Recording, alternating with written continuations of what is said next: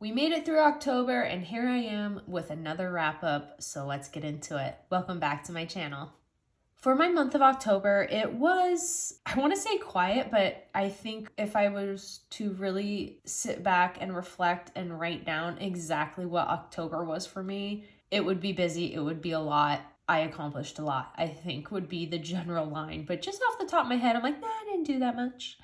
October was great because I created some new decks for myself, and one of those decks I'm bringing out as a permanent offering. It's just always an interesting process, and I feel like every deck I'm gaining a new experience, I'm learning something new from it. It's basically like in my career. You know, the more you do it, you build up this library, you build up this catalog of like knowledge and experience and how-tos. Because isn't that the whole thing with experience, is that you have the tools in your kit, you've experienced the solve. So when you approach the problem, when you approach the challenge, you've already done it before. So, you know, wham, bam, thank you, ma'am. So I feel like I'm in a little bit of that. That's a different conversation. That's a different video. That's for a different time. Let's stick on October. You know me, Chatty McGee. So if you've watched my previous wrap-up videos, you know I partake in Animal and Arcana's Animal Gnosis. So October was a free-for-all month in terms of it was on a pause. So we got to pick whatever animal we wanted to focus on if you chose to do that.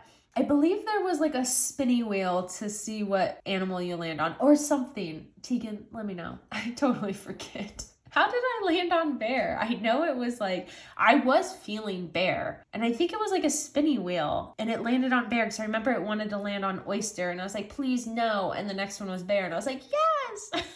Bear for me is definitely one of those like top tier animals. Like if I were to pick an animal that's like not a favorite, but that just means something to me, or an animal I'm drawn to, bear is one of those, and wolf is another, and we'll get into this little cutie right here soon. Landing on a bear was great. I've really been wanting to work with bear. I felt like it was like a really great month for bear as well, just because of that harder sense of the season change as well, which really makes me think of the hibernation, although I was like super busy this month apparently. I really love using this deck as altar cards for my Animal Gnosis every month. It is the...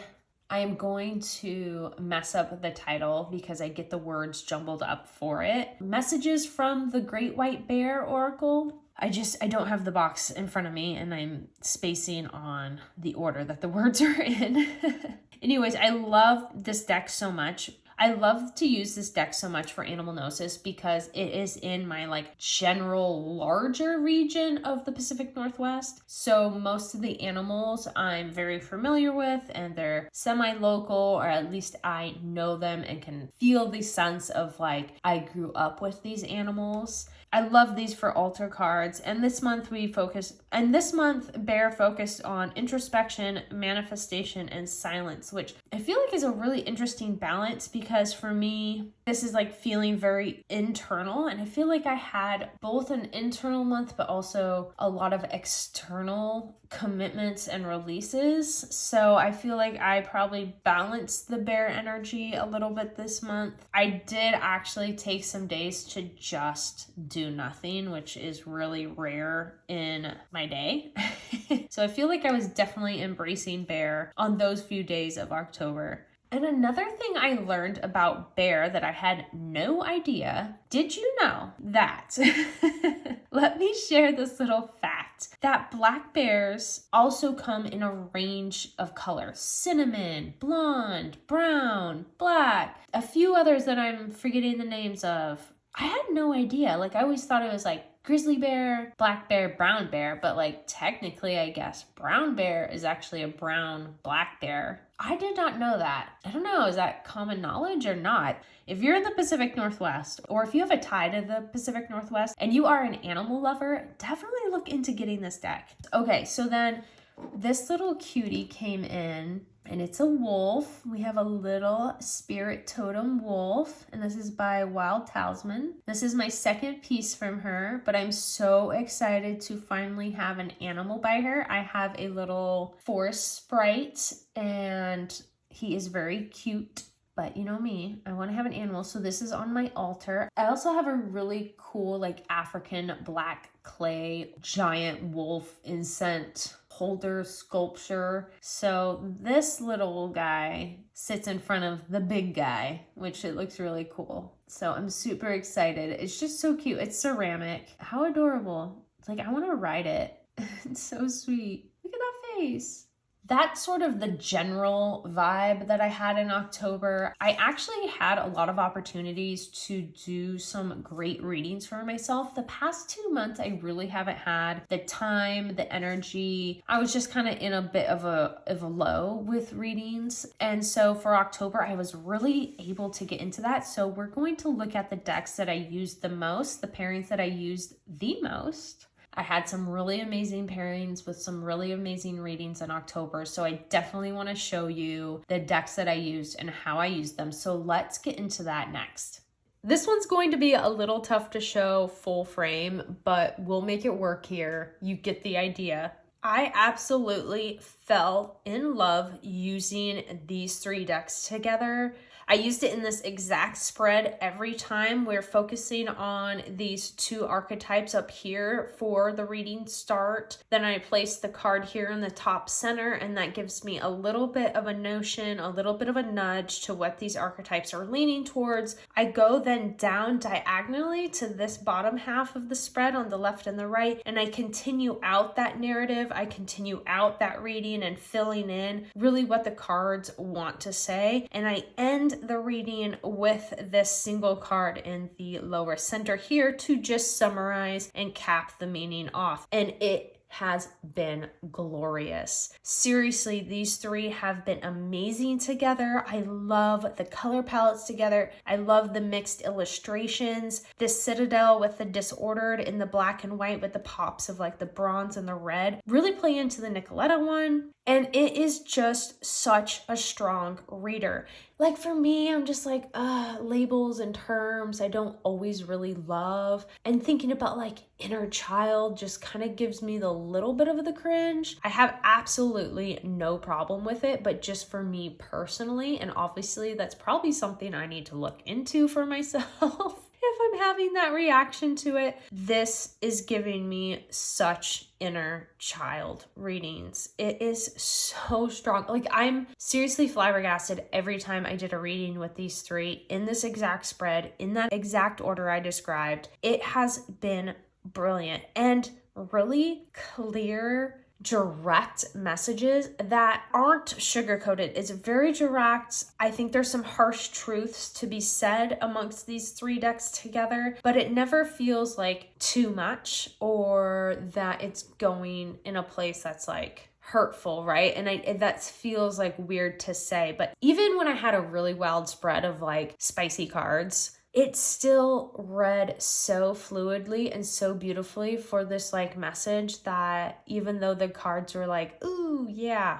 I have things to look at, it still felt very wholesome. Might not be the right word, but do you know what I mean? Like it felt like right. I think I'm just in the place to receive the messages from these 3 decks specifically. And the fact that I was able to loop in the Citadel, I think really gives structure to this spread that I've been working with for the archetypes of the anchor of the spread has really elevated the reading, the message in a way that I don't think would happen otherwise. I have fallen in love using it so much that my next deck edit, I have to include some archetypes. So this has just been an amazing reader for October, and I am just beyond with these 3 decks. Like it's seriously, if you have these, try these because I'm floored. I'm obsessed. These 2 have been amazing for the end of the month. The Gallery of Hallucinations Oracle really has that spooky Halloween vibe to me. I am not like a Halloween spooky kind of girl. I love the concept of this Oracle deck, so I 100% had to get it. The surprising thing is that this month I decided to pair the Tarot of the Velvet Moon, and the colors go beautifully together. They're definitely in the same color range. And the fact that we have these very minimalistic, Scandinavian-ish illustrations really help the Oracle be the main feature in this spread and allow these two tarot cards to do the lifting of the oracle. So these two have been amazing. It was such a great end of the month reader. It really makes me want to pull this deck out more. This was the first time I have used this deck. I should mention that I did a little bit of a mini in-between deck edit from my late summer to early fall deck edit and then into my next deck edit.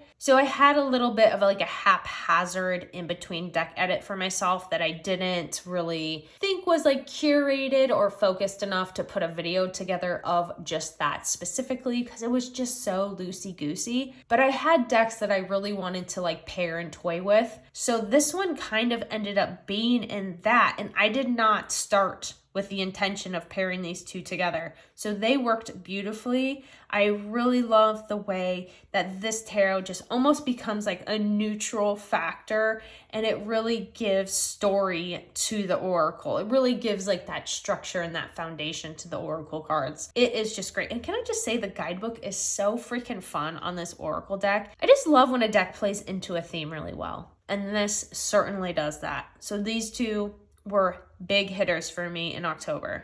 Two other big hitters for me this month was the Long Way Home Oracle paired with the Folkloric Forest Tarot. These two did no wrong in my eyes. It was like an instant match, a perfect fit.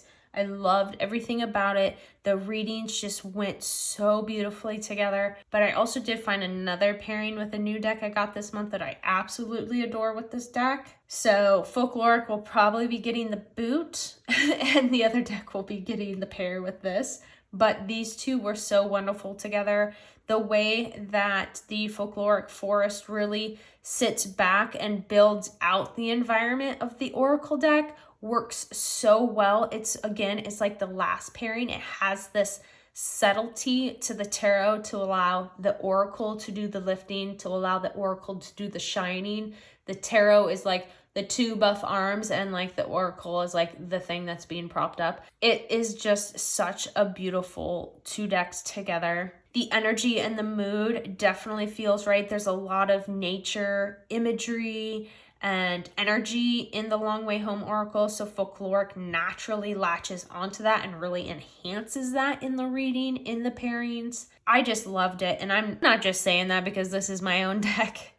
I have to love my decks first before I put them out into the world. So if you have these two, give them a try and let me know what you think. I think they fit perfectly. And if you want to know the new deck that I'm pairing with this, that I also really loved, that I toyed around with at the end of October, is the Somnia Tarot. So it was reading really well. But for October itself, these are the two that I reach for frequently. Oh, and I also want to say that the way that the phrases on the Long Way Home are very poetic, that the nuanced imagery of the Folkloric Forest also really fed into the phrases and really kind of expanded and made those more like concrete. So that was a cool thing to really work through as well. This was just a dynamic powerhouse duo, what can I say? Now, these two were really interesting because I only used them a handful of times, but they had an impact, right? Enough for me to talk about and show about. So the Sasadibito Tarot is one that I don't pull out that often. I really love this tiny traveler edition. And I think pocket decks, mini decks, whatever you want to call them, are a really great like toe in the water if you just want to test a deck out before getting full size, or if you're just unsure about the full size and the commitment of the investment. So that was definitely me with this edition. And then I got in the Hollow Valley deck of symbols in October, and I've just been playing around with what decks work and what's kind of speaking to each other. And I ended up landing on these two just happenstance because once again, I'm using this in-between deck edit, and it's just kind of like new decks, random decks, decks that I feel drawn to use, and I kind of just mishmash them together and see what pairs up. And these two shook out, and I feel like the readings I was getting from the handful that I did with these, they were rather challenging in terms of me coming to grips of the imagery on the tarot for what the tarot card is. Some of them were really hanging me up. Sometimes I get a tiny bit tied up on the imagery to the tarot card meaning. And don't get me wrong, it is so hard to convey so many meanings and like avenues and like places to go in one image. It is definitely the biggest challenge. But some of these cards, I question the artwork, and that's not because the artwork's bad. It's just the way that I know the tarot card meaning and interpret the art. And sometimes when those clash, you know, I just got to slow down. So I kind of had that with this, but they ended up pairing really beautifully. The neutral black and white and the simpler illustrations of the deck of symbols play so nicely with the vibrant colors and the full illustrations. Plus, this nice black border really plays well with the simplistic frame border of the oracle. So there's a lot of design elements here that my eye loves. The oracle feels like it's important, but because it's black and white, it still like subsides and like is subdued to the color and the strong contrast of the border of the tarot. So there's this interesting visual play here that works for me as well, where like my eyes can visually digest this rather simply, even though it feels like both oracle and tarot are on like a very similar plane of like hierarchy. And if you've been around a few of my videos, you know that I definitely like to have visual hierarchy in my spreads. I like to have, you know, where my eye goes first is the first place that I hit in the reading, and then I move out and around from there. So the visuals for me are important in terms of directing my eye through the reading as well. Like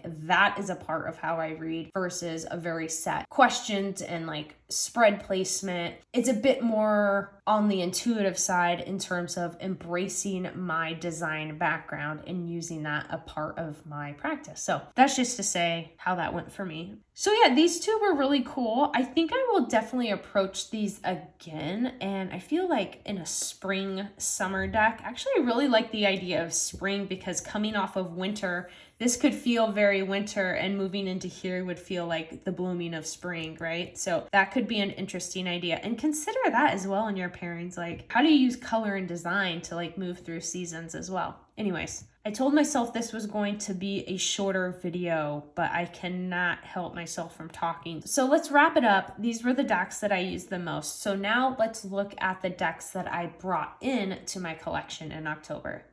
2 decks I received in October, one being a unicorn deck for me, the Road to Nowhere. This has been top of my wish list for years. And then I also brought in the Tiger Tarot. And I actually thought these two look really amazing together, especially with another tarot on the side of the oracle here. It really balances out the more simplistic collage style of the Road to Nowhere with the more chaotic and layered style of the Tiger Tarot.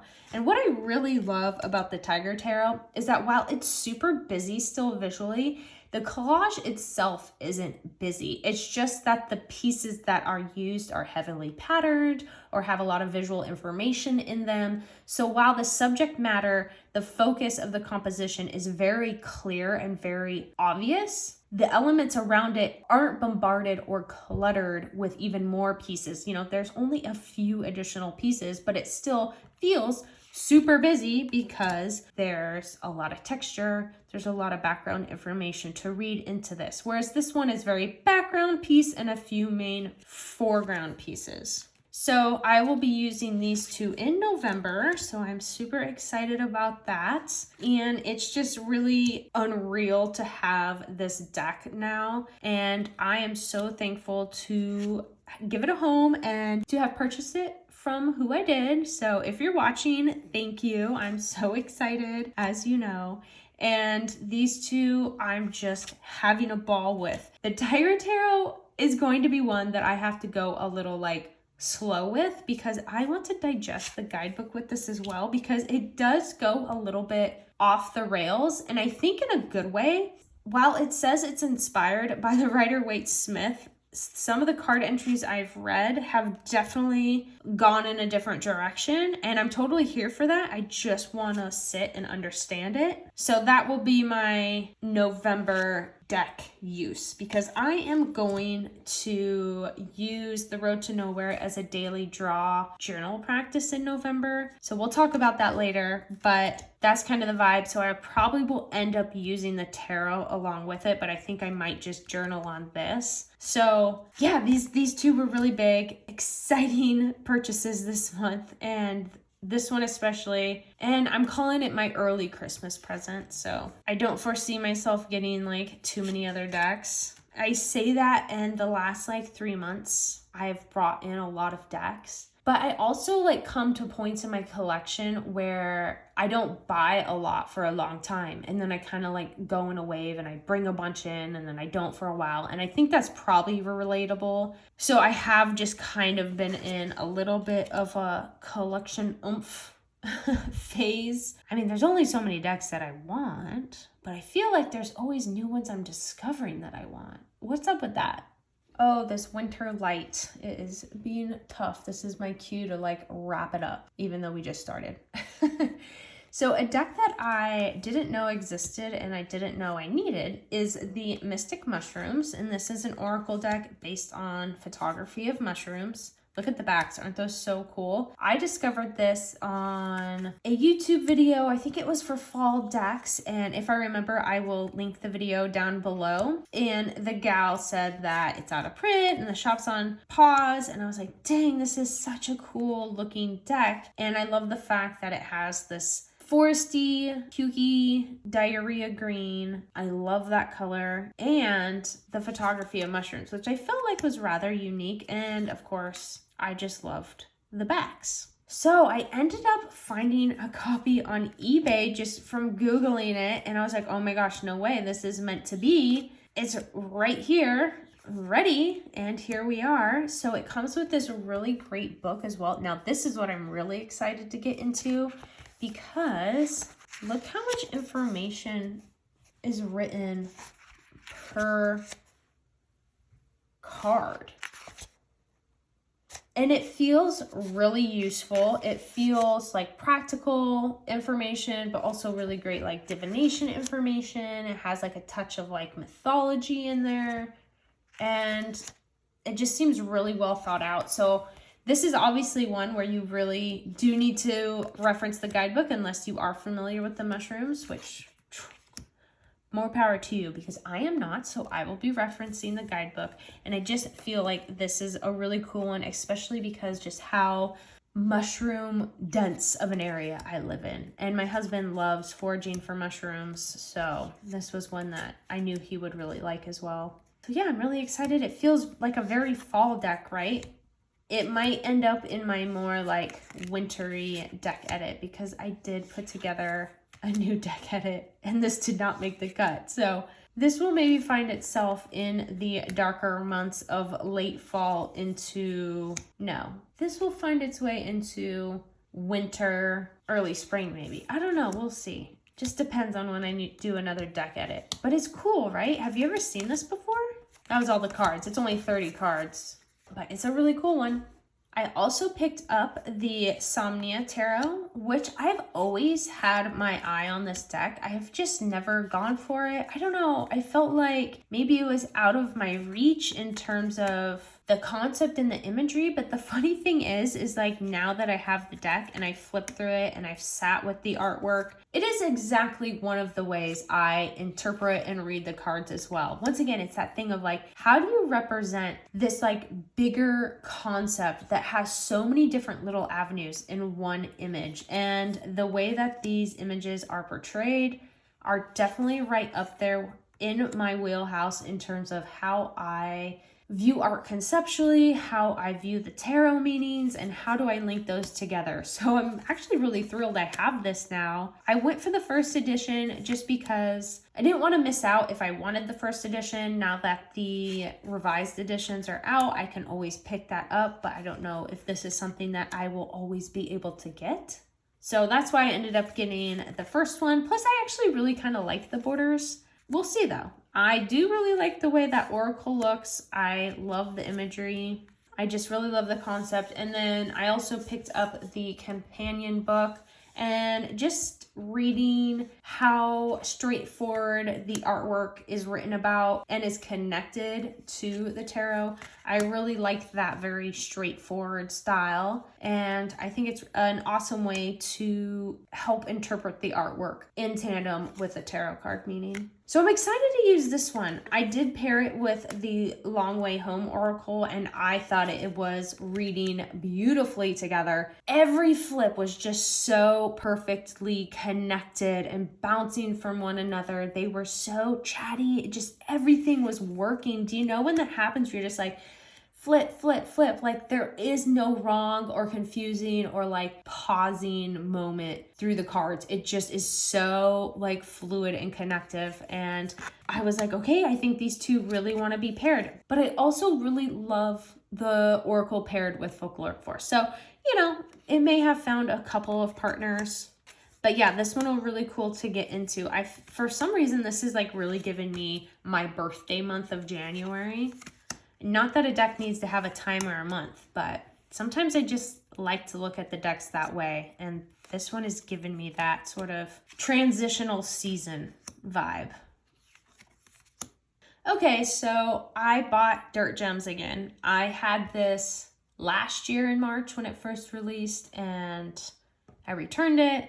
And here I am. I'm back with it again. I couldn't get it out of my mind recently, and I've always really loved this collage illustration style. It's so cool. I love the black backgrounds.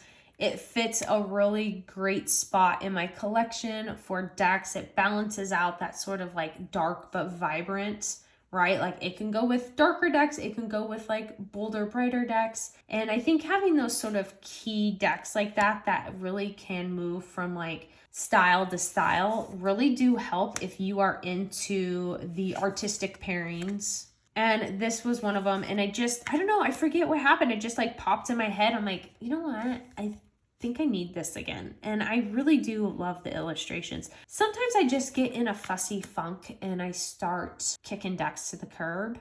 And I haven't felt that way for a while. So hopefully that doesn't come back up to me. Because I have just started letting them sit in a pile and slowly selling them. I'm back with Dirt Gems. I'm back to see how this one works with me again. I didn't give it a lot of time before, but I'm here for the long haul. I'm in it to win it with Dirt Gems. I always liked it when it was an indie deck. You know, I was just being in one of those moods. I'm sure you know what I mean. But I also really like that this is a plant deck that's darker, because I feel like my other plant decks are rather brighter in tone and color and just energy. And this one has a little bit of a mood to it, a tiny bit of an edge. Not much, but a tiny bit. And I'm just really charmed by the illustrations. And I'm glad that I have it back. This is the second deck that I have repurchased. There's only been 2 so far, and this is the second one. The first one was the Mushroom Oracle. And here I am with a repurchase of Dirt Gems. So it is what it is. And then super quickly, because these had a whole video dedicated to them, we won't bother talking or flipping too much through these, but I created 3 decks in October, and this little mini word deck, which is called the Common Oracle, I'm actually producing. So it has these really cute skull backs, and they're all just a single black word on white text. So this was cool. This was a personal deck. I have been craving a single word little black and white deck because all the other ones are out of print. So my hand has been forced to make my own, and now I'm bringing it available to you as well. Of course, I wanted to make my own Jasmine Beckett Griffith decks, and I just really love how these turned out. The Oracle is very nature and animal based, and the Tarot is a little darker vibes, less nature, just kind of more like moody, dark academia kind of in a way. So if you're interested in seeing full flips, check out my previous video where I talk about designing your own tarot and oracle decks. This one I did change about a quarter of the words. So if you watch that deck to see all the words that are in this deck, it will be outdated, but the general vibe is there. So these were a really cool addition to my month, and I'm just really excited I could bring this out too.